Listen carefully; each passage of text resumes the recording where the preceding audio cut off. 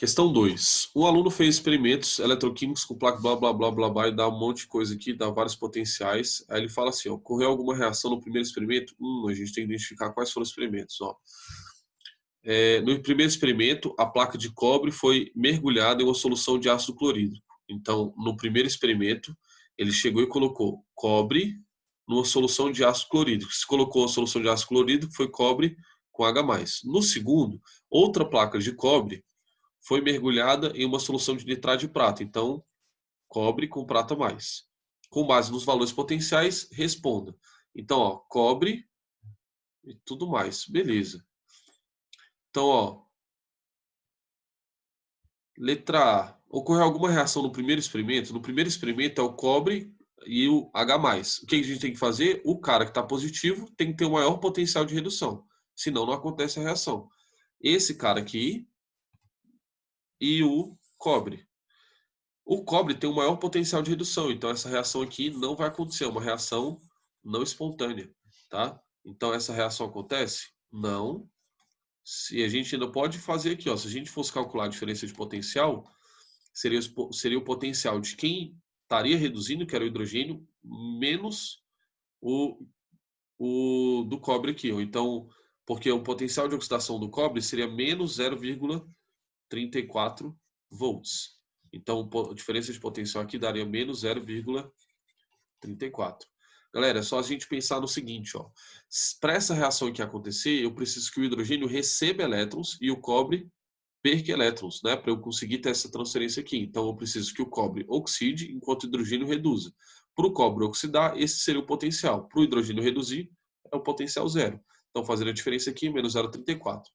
Identifique os agentes redutor e oxidante do segundo experimento. Então, no segundo experimento já acontece a reação, né?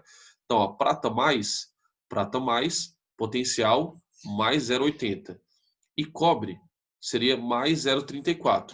Opa, então ó, o prata está sofrendo processo de redução. Então, o agente redutor, o agente oxidante seria a prata mais. E aqui, ó, o cobre que está lá, ó, nessa situação, seria meu agente oxidante. Pronto, então identificamos o agente redutor e o oxidante do segundo experimento. Calcule a DDP do processo caso a placa de cobre seja trocada por uma placa de zinco no primeiro experimento. Então, no primeiro experimento, em vez de botar cobre, botou zinco. Então, calculando a diferença de potencial, agora o H+, ele tem um potencial maior. Então, a gente vai fazer o potencial de oxidação do zinco é mais 0,76. A gente soma o potencial de oxidação com o de redução de quem está reduzindo. Então, o ΔE ficaria igual a mais 0,76 volts. Letra D. Se a placa de cobre fosse trocada pela placa de ouro, o que ocorreria no segundo experimento? Então, no segundo experimento, ele botaria ouro, né? Então, se ele bota ouro, no segundo experimento, ele está comparando o ouro e a prata. O ouro e a prata. Aqui, a prata mais é que teria que ter o maior potencial, só que o ouro aqui ó, tem um potencial mais 1,42.